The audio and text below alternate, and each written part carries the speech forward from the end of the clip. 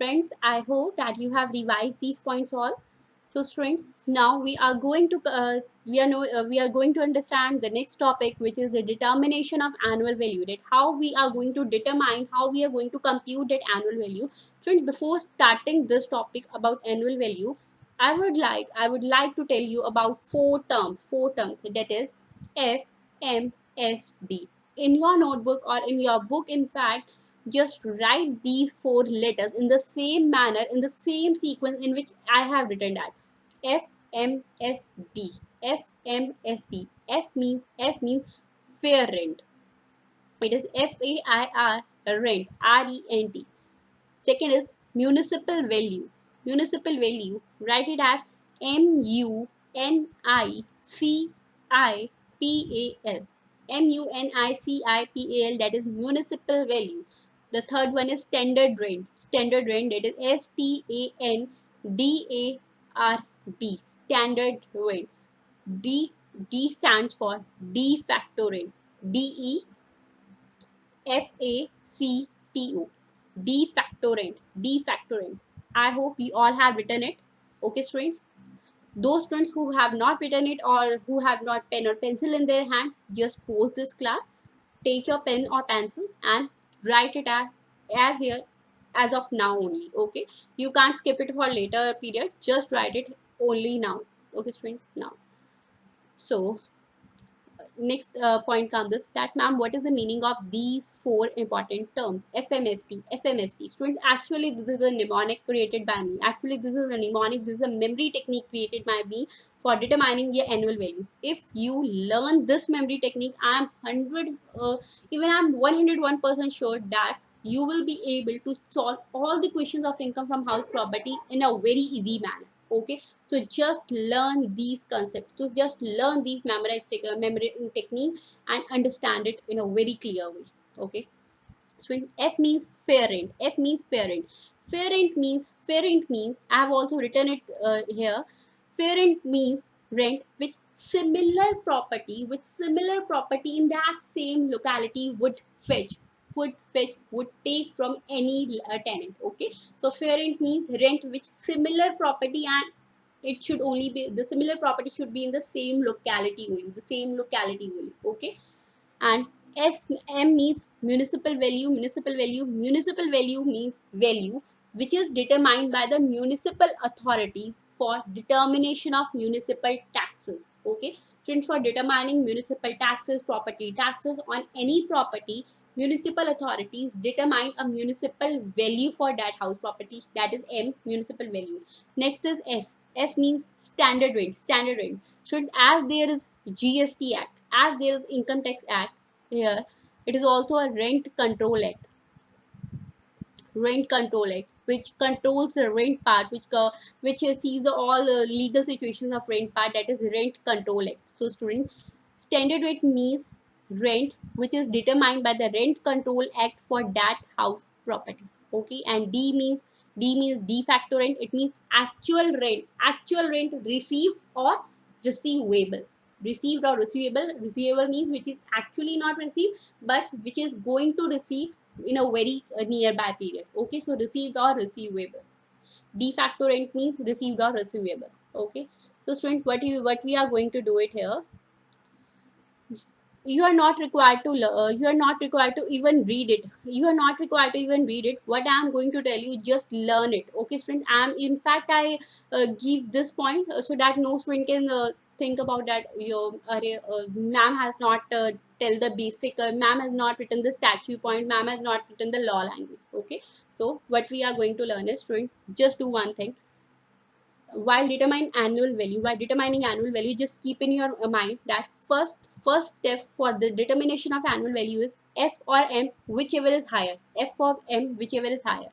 F or M, whichever is higher. That is fair rent or municipal value, whichever is higher. Whichever is higher. Then, so in that value, that is value which derives from F or M, whichever is higher value will be compared with standard rent, that is FMSD. That's why I have written it in a sequence FMSD. So value determined from F or M, higher value, shall be compared with S, that is standard rent.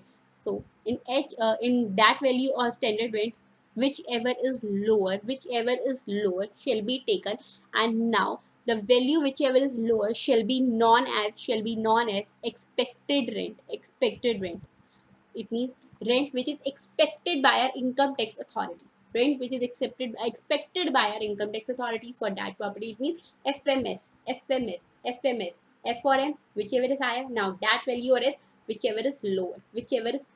Okay, students. Now this value, that is expected rent, will be compared with de facto rent, that is actual rent or receivable, whichever is lower. So in only first 2 points F or M, we will take the higher value. In other point, we will take the lower value only, that is whichever is lower. Okay, no need to even to read it. Just read it from here, FMSD. Okay. Now students, those who want to learn subsections also, so this section is section number 23, determination of annual value, section number 23, subsection number 1 of section number 23, and clause number A of subsection number 1 of section number 23 tells us about expected rent,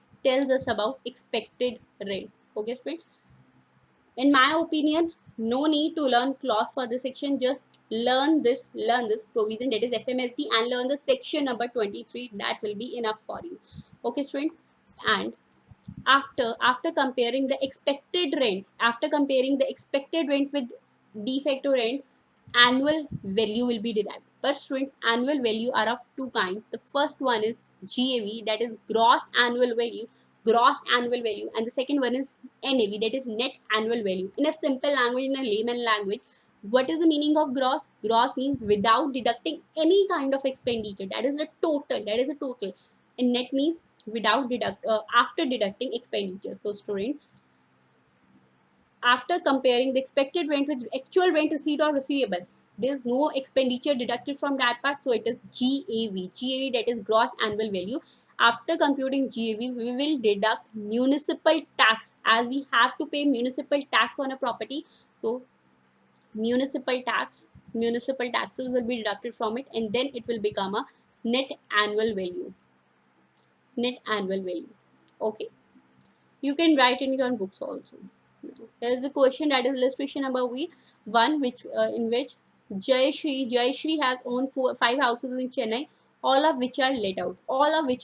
It means he has let out income from she has let out income from all the property.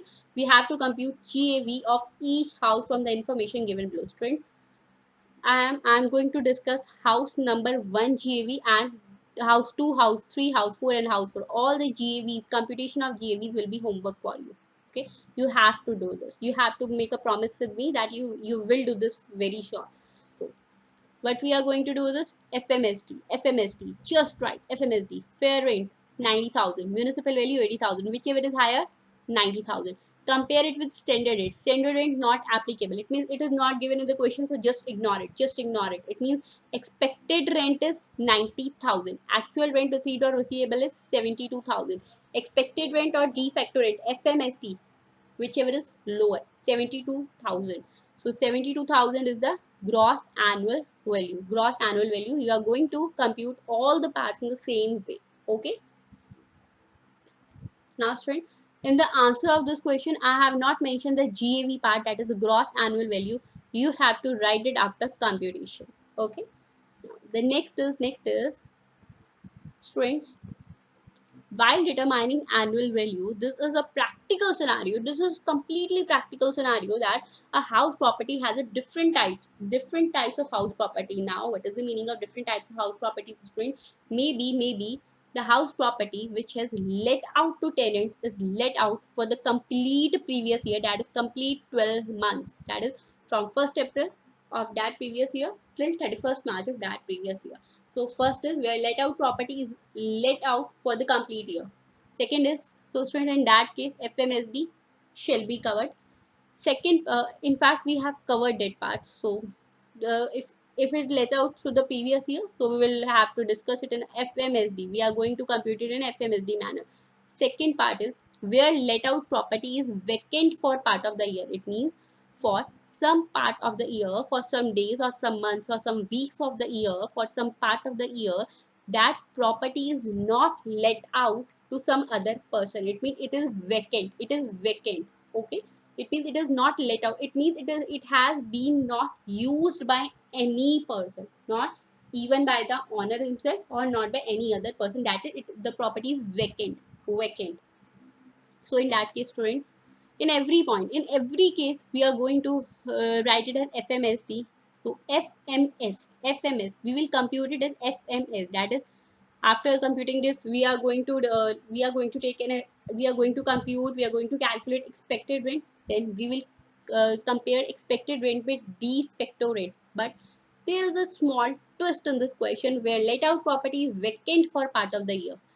In this situation, student, in this situation, the twist is that if the GAV, gross annual value, is computed as de facto rent, because we have to GAV is expected rent or de facto rent, whichever is lower.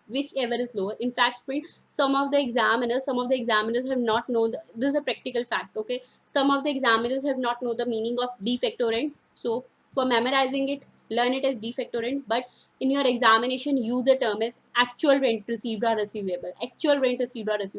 Because the ultimate purpose of classes is to fetch mark. Okay, but in practical life it is D, that is de facto rent. Okay, so please mention it in your notebook that in your examination you are going to write it as actual rent received or receivable. Now students, if this GAV is de facto rent, it is actual rent received or receivable due to vacancy. It means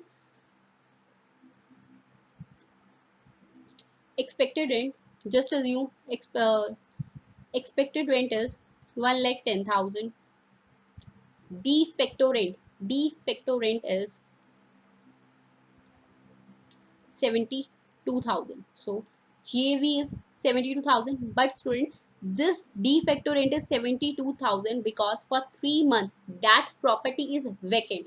If that property is not vacant for that 3 months, then this de facto rent shall be 1,12,000. So due to this vacancy only, this 72,000 shall come as GAV. If that vacancy has not occurred, then the GAV shall be 1,10,000. Sorry, spring. Sorry.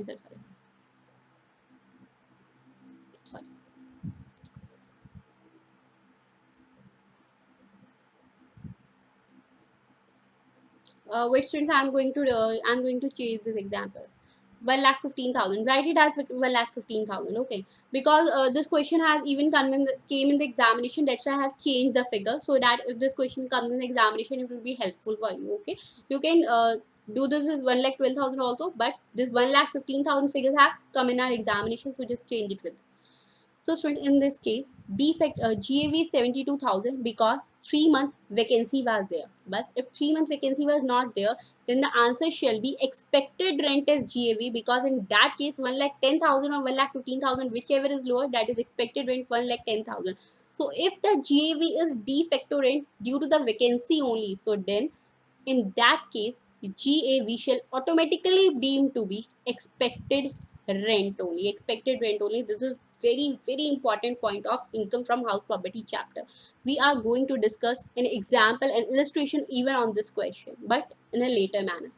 Okay, the third type of property shall be, student, that this might be happen. In fact, this is a very practical question. This is a very practical scenario in a practical life, that person has a house property in his name. But he has not let out his house property to any other person. He's self occupying his house property. So in that case, student, if the person has the property is self occupied or unoccupied property, it means he is self occupying his property, or unoccupied property means, students, a property which cannot be occupied by the owner by reason of his employment in any other city, because he's employed in any other city, or in his business or profession are from a different place. So if due to these reasons the owner of that building is not able to occupy it, and it has not the property is unoccupied, it means it has not given to any other person, so it shall be termed as self occupied or unoccupied property. So in that case, students, annual value shall be nil. It means GAV shall be nil.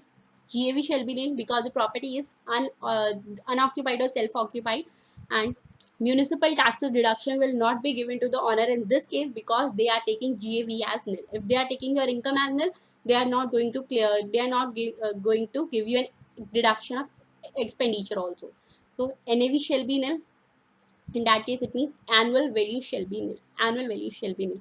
But students, some students confused in the 2 points, confused in the 2 words, that is vacant property or unoccupied property. Vacant property or unoccupied property. Students, vacant property means that the owner wants to let out it to a different person. The owner wants to, in fact, in if I'm taking the example of this chapter only, so vacant property means the owner wants to give it to a tenant. The tenant has been taken on a let out basis for part of the year, but now the property is vacant. Even that property is not even self-occupied by the owner, and it is not unoccupied by the owner because he wants to give it. That the property is vacant now. Then that term shall be known as vacancy. And if that property is self-occupied or unoccupied, then that will be covered in this section. Okay. So students, in this case, as I told you, the annual value shall be nil and municipal expenditure deduction will not be given to them. Fourth one is where a house property is let out for part of the year and self-occupied for part of the year. Let out for part of the year and self-occupied for part of the year. So students, in this case, the expected rent for the whole year, the expected rent, that is FMS, comparison of FMS. The expected rent of the complete year shall be compared with the actual rent received or receivable, and whichever is lower shall be taken as GAV in this case. GAV in this case. So students, there is a difference. There is a complete difference that the property is let out for part of the year and self-occupied for part of the year. In that case, as it is self-occupied, it is not vacant for part of the year, it is self-occupied. So whichever is lower shall be taken as GAV. In fact, if it is due to self-occupancy, no issue. Whichever is lower shall be taken as GAV. But if this point is that it is vacant for part of the year, and if due to vacancy actual rent is treating as GAV, so in that case expected rent shall be treated as GAV. Okay. And now this GAV will come, and but the municipal expenses paid for that house property for the whole year shall be allowed as deduction in this case. Okay, so they have given the benefit to income tax assessee that municipal taxes for the whole year is allowed as deduction provided it is paid by the owner during the previous year. It means it is paid by the owner. It should not be in arrears. It should be paid by the owner. Okay, friends. As we have seen in the above point that if the property is self-occupied for the complete year, then the municipal deduction expenditure will not be given to them as the GAV shall be treated as nil here. But here the GAV is not treated as nil because the expected rent will be taken for the complete year and actual rent or receivable will be taken for the for the let out period. Okay, so here the municipal taxes deduction shall be completely given to them, assuming that it is for the whole year. It will be completely given to the assessor. Okay, as municipal taxes are for whole year only. Fifth case is in case of deemed to be let out property. In case of deemed to be let out property, friends, deemed to be let out property means deemed means that property is not actually let out to any other person, but income tax authorities are assuming it are deeming it as let out property, that is deemed to be let out properties. So student, these cases are, as we have read this, if a person has a property in as a stock in trade for business, then for up to 2 years only, it will not be treated as deemed to be let out property, and in further years it will be treated as deemed to be let out property, and income shall be chargeable under the income from house property, unless the property in those 2 years has given on actual rent to any actual letting out basis on any other person. Second case is, students, if a person, this is a practical case and it has also been mentioned in your books also, if a person has two or more house properties, if a person has two or more house properties in his own name, so our income tax authorities assume that deemed it as only maximum 2 house properties can be assessed as self-occupied properties, and the balance has to be charged as deemed to be let out properties, because they said that a person can only remain maximum in a simple scenario 2 house properties in his own name as self-occupied. He will selfly occupy it. Other property he will going to let out on it. Okay, student. This is also an important amendment, because in earlier finance act, this was only one house property. That a person can take only one house property as self-occupied property, and the others can be deemed to be let out. But now person can take 2 house properties as self-occupied property. Okay. So students, in this case, when the cases of deemed to be let out properties, and students, the option that this is the option that I said you that 2 house properties can be remained as self-occupied, and the others shall be treated as deemed to be let out, even that properties are not actually let out on basis. So this option of selecting two house properties as self-occupied is completely dependent on assessee. That it is a choice of assessee. That it is completely the choice of assessee. He can choose any property, any two properties as self-occupied properties, and even he can change the option after year in a manner which is beneficial for him. Okay. Now student, in case of deemed let out property, also there shall be 4 terms FMSD. After comparing FMS, there shall be expected rent, but in deemed to be let out property, as it is not actually letting out to anyone, deemed, that is D factor rent is not here, because there is not actual rent received or receivable. So we will ignore it, and expected rent shall be treated as gross annual value. Gross annual value. Okay, student. Now, and the municipal taxes which are actually paid by the owner, which are actually, students, if municipal taxes are actually paid by the owner, if they are actually paid by the owner, not by the tenant, if they are actually paid by the owner during that previous year, then that shall be deductible from GAV. Otherwise, that shall not be deductible from GAV. Okay, student. Now, second is in case of house property which is held as stock in trade. We have already discussed this point. Seventh one is in case of a house property where a portion is a let out portion and a portion is a self-occupied portion. So students, no need to confuse here, no need to worry here. Just assume it on your mind that in a house property there are 2 parts or 3 parts or 4 parts, whatever the number of parts here. Portion is self-occupied. Treat that part of the house property as self-occupied. Treat that income as self-occupied. That is the GAV is self-occupied, and the municipal taxes deduction will not be given, and for the part it shall be treated as let out property. So two different taxation computation will be done here. Okay. The next point is, students, what I have told you, even you are not required to read other points. What I have told you is sufficient for you. Okay.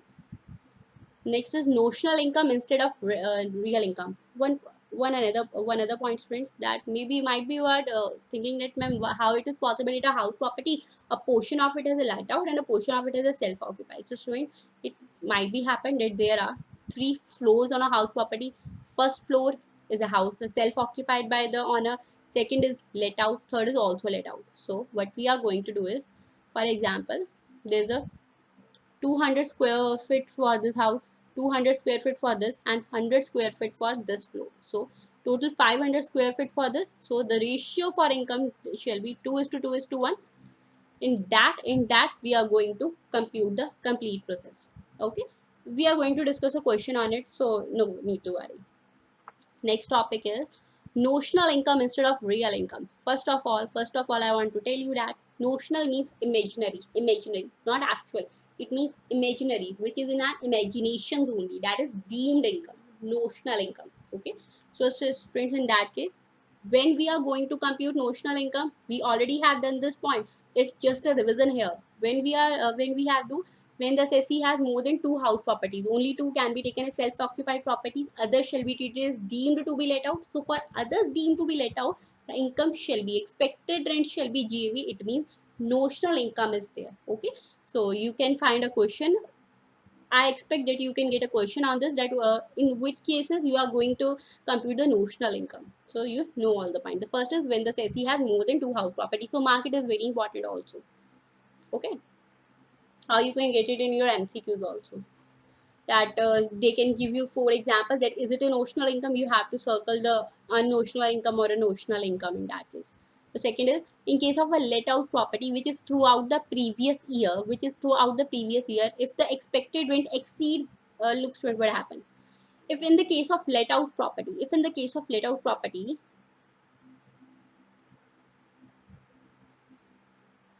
which student, just skip this point right now, okay, we are going to discuss the third point. There is some printing mistake in this point. In the case of a let out property which is vacant for part of the year, and so the actual rent received or receivable for let out period is less than the expected rent, but it is less than the expected rent only because due to vacancy, then expected rent shall be taken as JV. It means if, even if the actual rent or receivable is, in our example was 72,000 and the expected rent was 1,10,000, but this was only due to vacancy. If this vacancy does not happen, then it will be 1,15,000. So GAV shall be 1,10,000. It means there is a notional income, there is an imaginary income of 1,10,000 and actual income was 72,000 only. Okay. In case of a house property held as stock in trade by assessee up to 2 years, it shall be treated as self. It shall be treated. They will not going to treat it, but after 2 years, notional income will be taken on it as expected rate. Okay. Now, student, the next part is treatment of unrealized rent. So, what is the meaning of unrealized rent? Unrealized rent means the rent which is actually not realized. For example, a person has let out his property to another person for 7,200 per month. He gives 7,200 per month to that person for 10 months.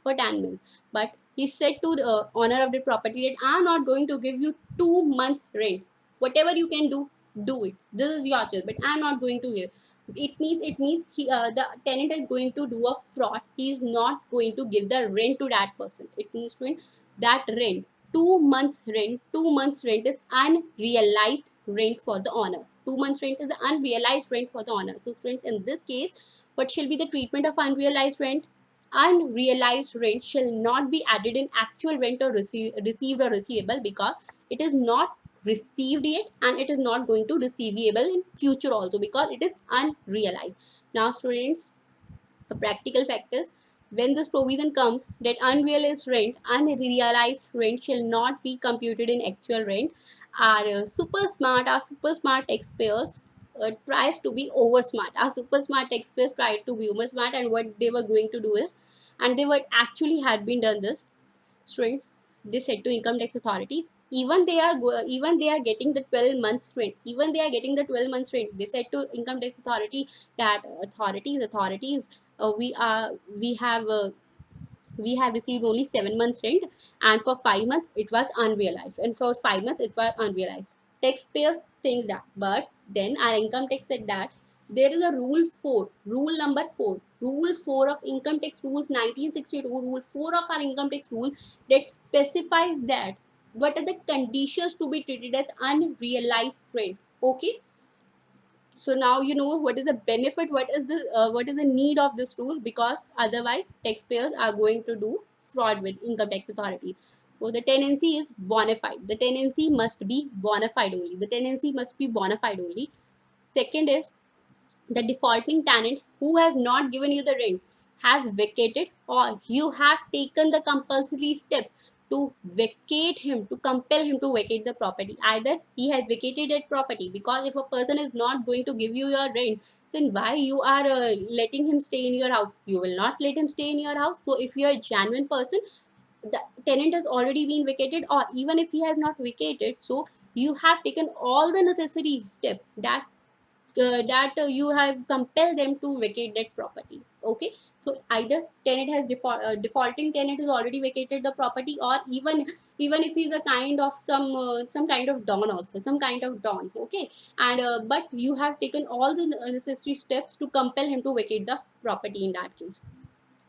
Third is that Student, tell me one thing. Tell me one thing. If any person has a tenant who is not going to give his rent, who is not going to give his rent for property number one, so whether the owner will we let him to use his property number two or property number three? No, not in any condition, not in any condition. So they said that the defaulting tenant is not in occupation of any other property of the assessee also. If he is in the occupation of any other property, it means the owner is lying from income tax authority for evasion of taxation.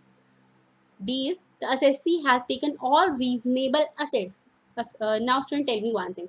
If any person is going to if going to not give the necessary income to any other person, then what a prudent person, what a rational person is going to do? He will file FIR to police against that person, or he will go to court to file a case for that. So the assessee has taken all the reasonable steps to institute legal proceedings for the recovery of the unpaid rent. He's filed a FIR or a court case or any other thing. Or student, he might not file a FIR, or he might not done a court case because he knows that. Because the SSC knows that even if he going to file an FIR or a court case, then that shall be going vain, that shall be ruined. Even the expenditure on FIR on court case shall be wasteless, because that person, even after that legal proceedings, is not going to give him is not going to give him that income. So if it is the situation, it is the situation. So assessing officer, as assessee honor, assessee means honor, he is required to satisfy this point to the assessing officer. Okay. Next is property taxes. Property taxes means tax on a property, which is also known as municipal taxes.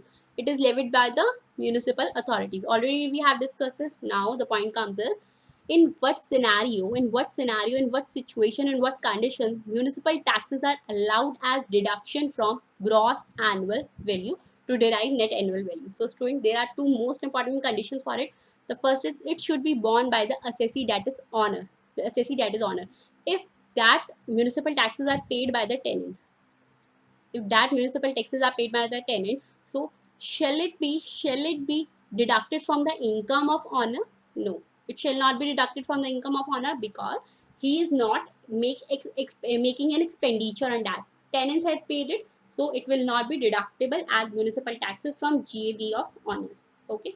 Second is it should be actually paid during the previous year. Student, for the computation of income for that previous year, if that municipal taxes is paid during that previous year, only and only in that condition, paid, not payable, actually paid during that previous year, only in that situation, only in that scenario, municipal tax deduction will be allowed to assessee. If, for example, there is a municipal tax of previous year 2017-18, which the owner has not paid to municipal authorities in the year 2017-18 and now in the year 2019-20. So for computation of income under the income under head house property 2017-18, deduction of municipal tax has not been provided to him, but now in 2019-20 he has paid municipal tax for 2017-18. So in whichever year he is going to pay that municipal tax, he is leviable, he is allowable to claim municipal tax deduction in paid year. That is in year 2019-20, he will get the deduction of municipal tax for 2017-18.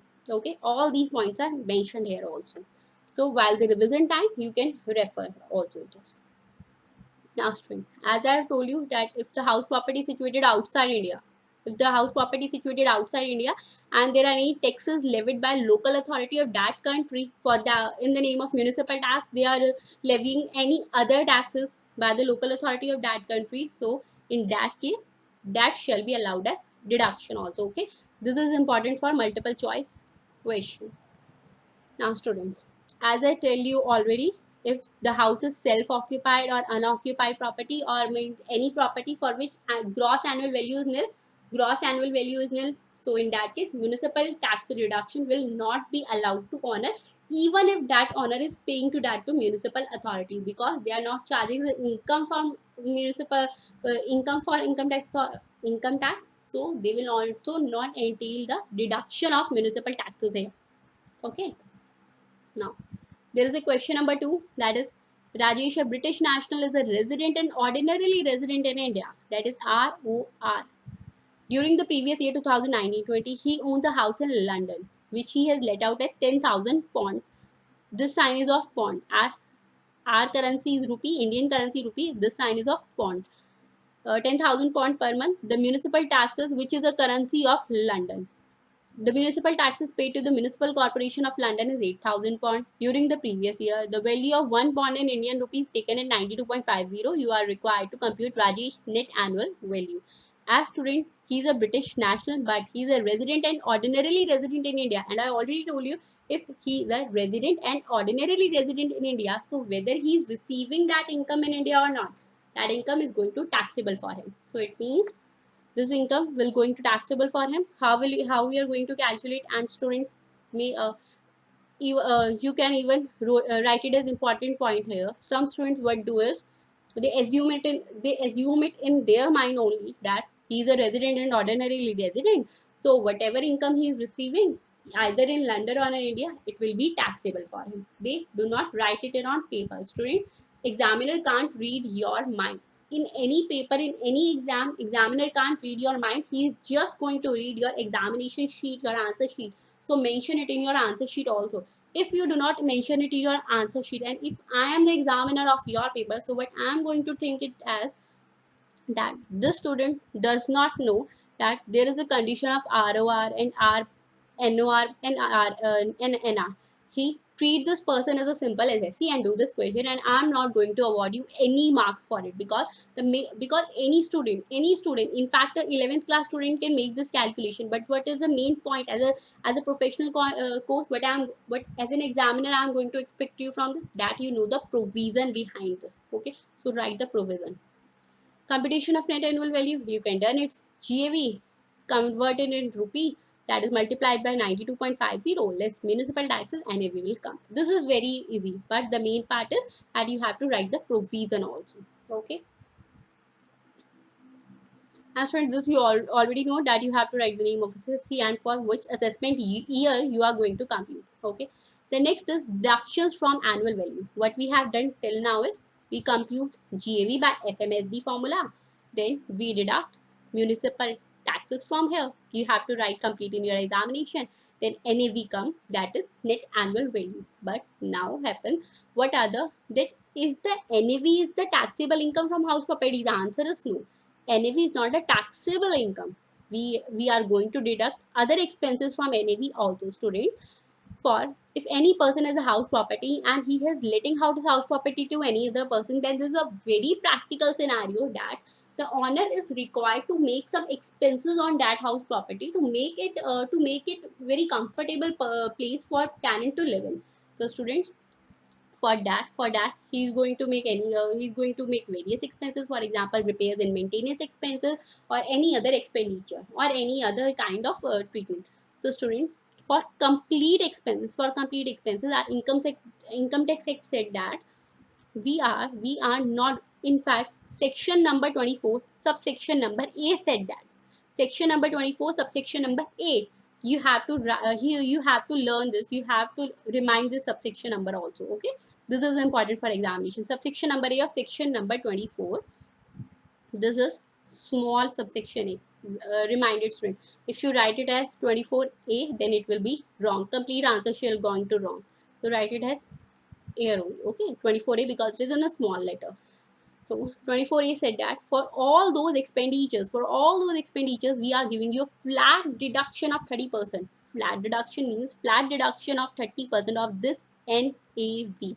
So 24A, subsection A of section number 24 gives a flat deduction of NAV, 30% of NAV. Flat means whether you have done any amount of expenditure, you will get a flat deduction of 30% only.